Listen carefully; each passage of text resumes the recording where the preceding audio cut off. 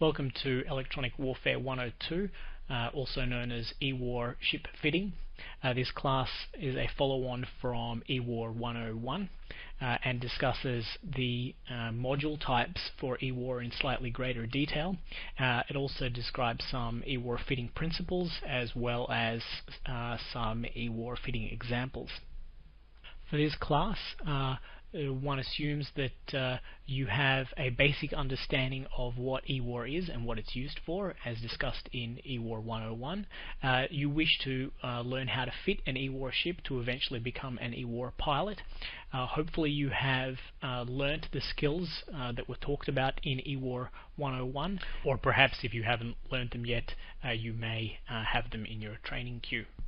And just to give you a brief introduction on myself, my name is Miranda Glade. I'm an ex-UNIster.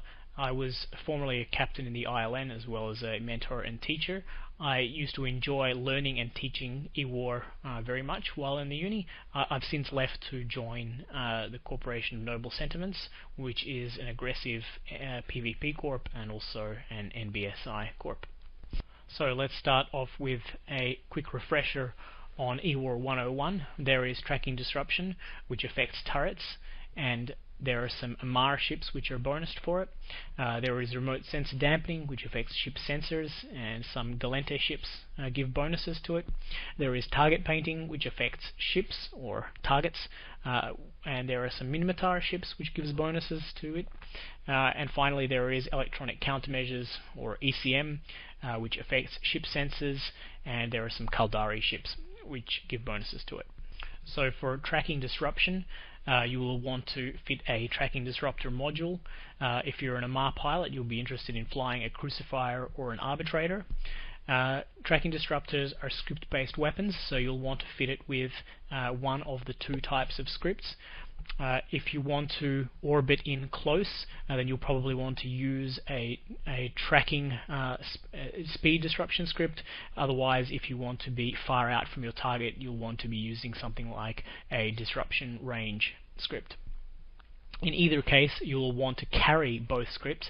It only takes a second to change between scripts, and they take up very little cargo hold, and you'll be kicking yourself if you don't take both scripts, because sooner or later you'll find yourself in a situation where you want the other script.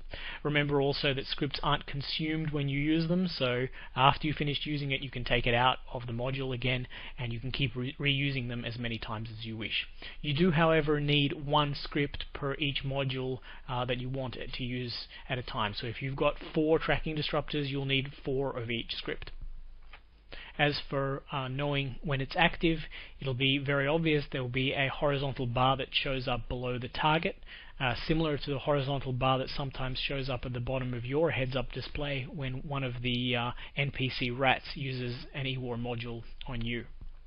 Next, for remote sensor dampening, that's achieved via a remote sensor dampener. Glade pilots will be interested in this if they're sitting in a Morlus or a Celestis. Not many other pilots will want to use the remote sensor dampeners, even though they are moderately effective in another ship which is unbonused. Remote sensor dampeners themselves are not particularly useful Ewar modules, unlike the tracking disruption modules where other pilots may still wish to use them. For instance, a Rifter pilot may still find a tracking disruptor module very useful. Similar to tracking disruptors, the remote sensor dampeners also use scripts, and again you will want to focus on exploiting one particular area most of the time. Often if the target is small, you will want to exploit their range weaknesses, so fit a range dampening script. If they are a large ship, then exploit their resolution, so fit a resolution dampening script. Again, you will want to carry both sets of scripts at all times, and telling how it's active is exactly the same as most Ewar types. A horizontal bar will show up on an activated target when you successfully use your remote sensor dampener. Next up is target painting, which Minimatar pilots will be most interested in. Now, you will be interested in it if you fly a Vigil or a Bellicose, but Vigils and Bellicose pilots are not the only ones to benefit from target painters. In fact, many other pilots, including PvE pilots, will want to fit target painters from time to time. In fact, the Vigil and the Bellicose are both bonus to other things as well as their target painting Ewar. And of course, the module to be used are the target painter modules. There's no scripts, and using them is very simple. You just I guess you pick a primary, or your fleet commander picks a primary, and you use it on that target.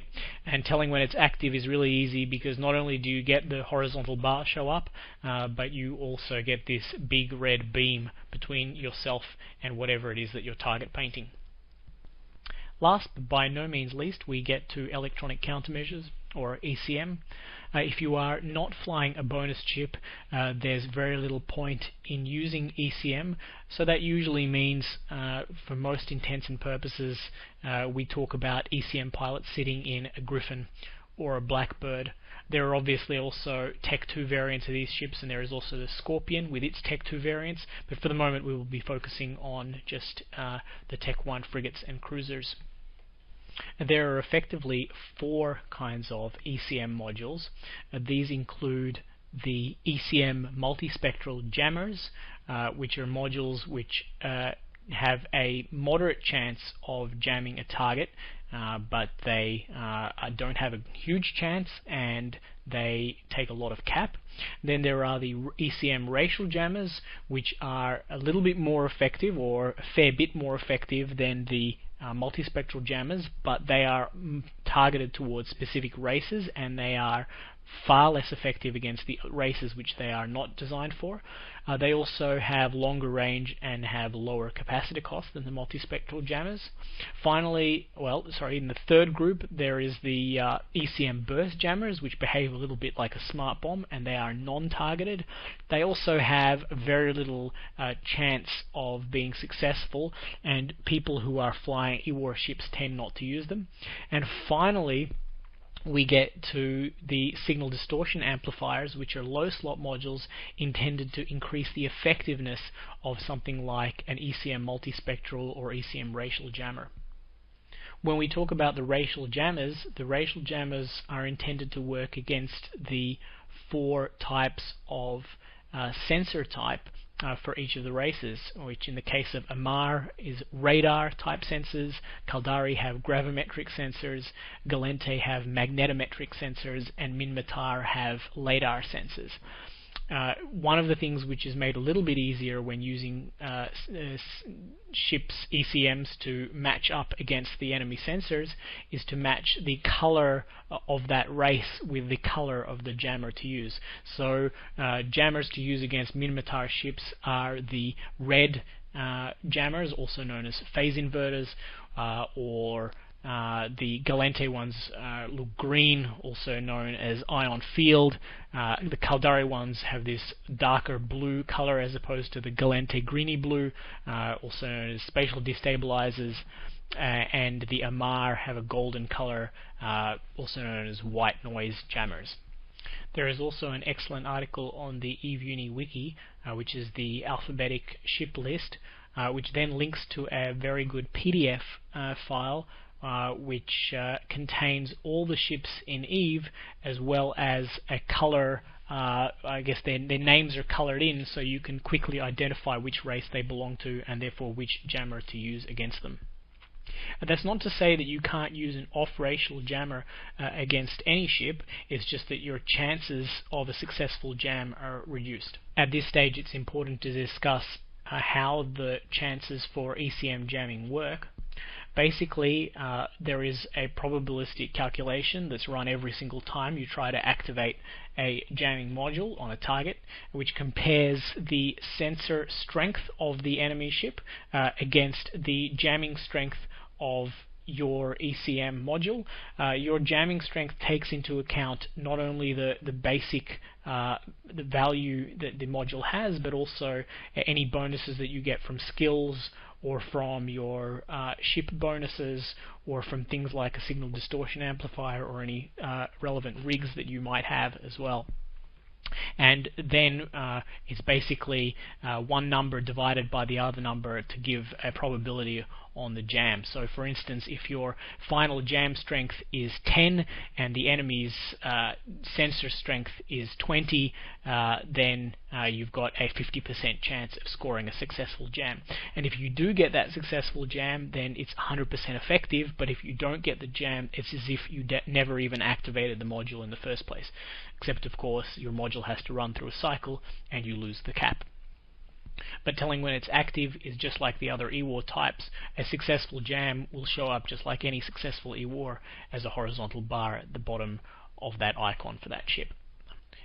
Going back to ECM burst modules, E-UNI pilots are generally advised not to use them because they behave like smart bombs and you're not quite sure what they will set off against. If you activate them in high sec, you could get concorded for it. If you activate it in low sec, you could get a GCC for it. And even if you activate it in null sec, you might accidentally hit your friends. So you've got to be really careful how you use an ECM burst module, but they can still be occasionally useful in certain situations. Moving on to fitting advice. We'll talk a little bit about Tech 1, Tech 2 and meta modules. I normally had a habit when I was starting off as an E-War pilot to just fit plain vanilla Meta 0 Tech 1 modules.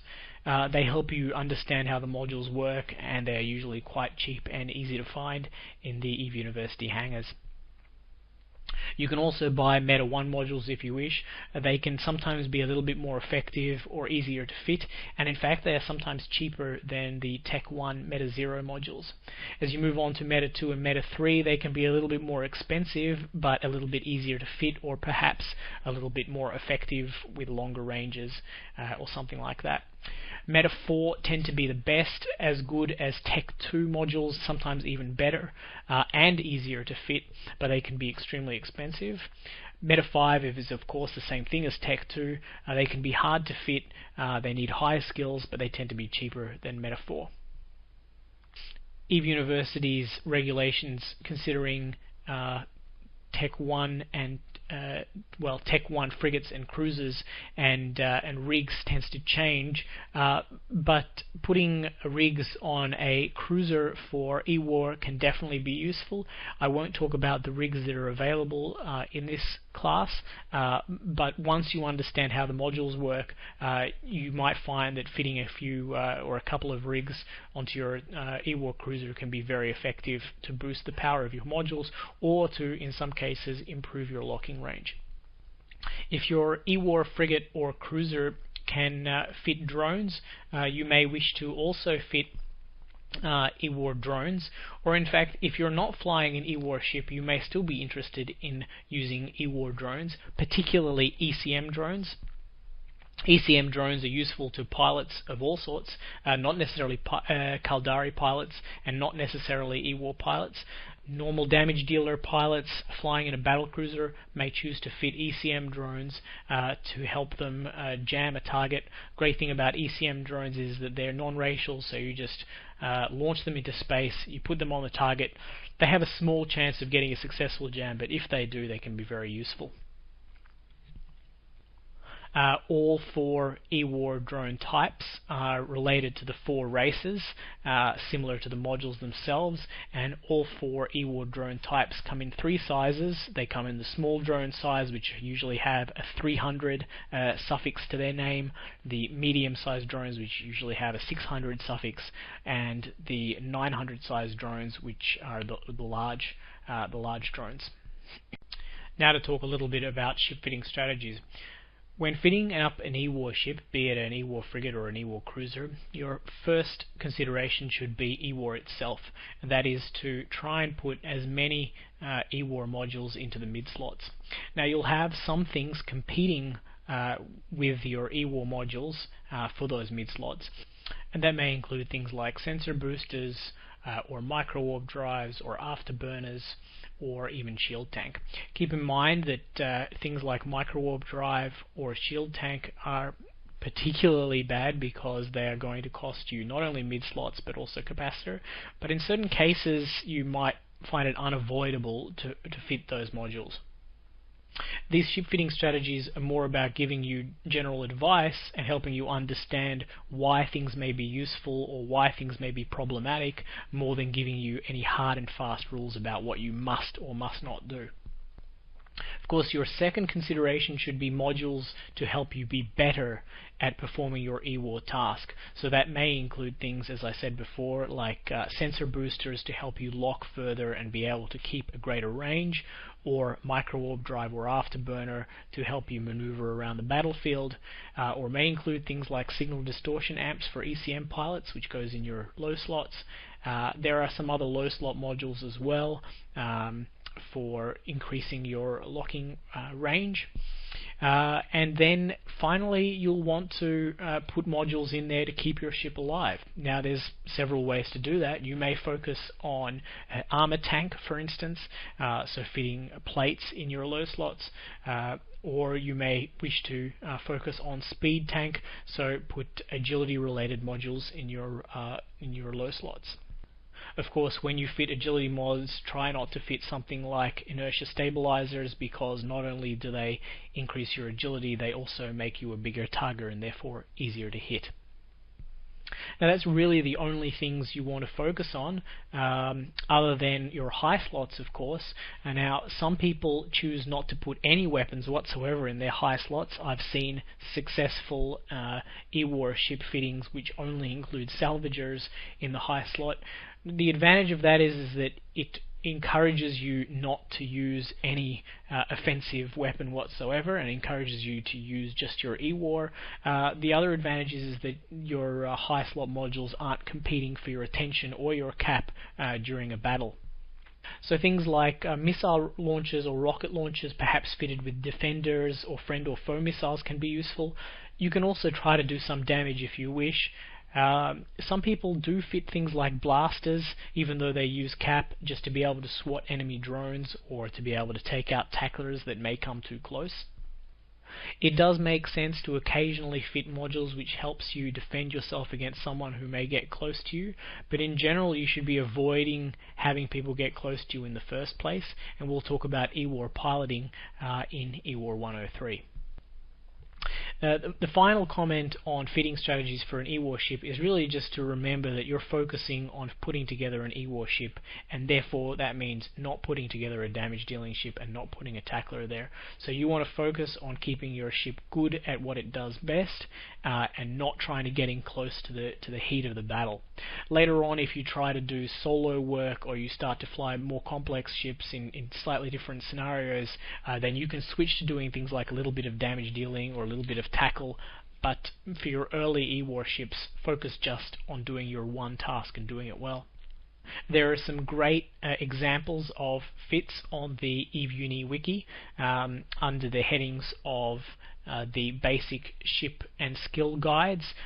There is one page each for each race, and the Ewar ships listed there are the ones that I've already spoken about. So you'll find some great fits there for the Arbitrator, or the Bellicose, or the Celestis, or the Blackbird. And E-UNI Blackbird pilots are quite feared throughout New Eden, because the fits we have tend to be quite effective. The next portion of this class includes a ship fittings discussion where people post fits, and then we talk about the various merits of each fit. Keep in mind that there are very often many ways to skin a cat, as they say. So some ships may focus on speed tank, others may focus on armor tank. Some ships may be a little bit more cap hungry, where the pilot has to be a little bit more judicious with how they use various modules. Other ships may be less cap hungry and the pilot can just activate a lot of modules at once. Very often there are many strategies, and our discussions tend to be quite open-minded with how we value up each fit. The ship fitting discussion is followed by a practical component where everyone hops in a Tech 1 Ewar frigate or cruiser. It's usually a bit of a free-for-all where the tracking disruptor pilots demonstrate flying within guns, remote sensing and dampening pilots demonstrate changes to lock times, target painting pilots also demonstrate changes in lock times, and ECM pilots just jam other pilots. This is the end of Ewar 102. Ewar 103 talks about Ewar piloting. As I mentioned earlier, I'm now outside the uni. I'm actually a guest lecturer with the uni, so if you like this class or if you have comments for future classes, please send an email to Miranda Glade or send me a note on the forums. You can also send comments there or just say hi to someone in my corp, which is Noble Sentiments. We have a public channel which you're welcome to join and ask questions in anytime.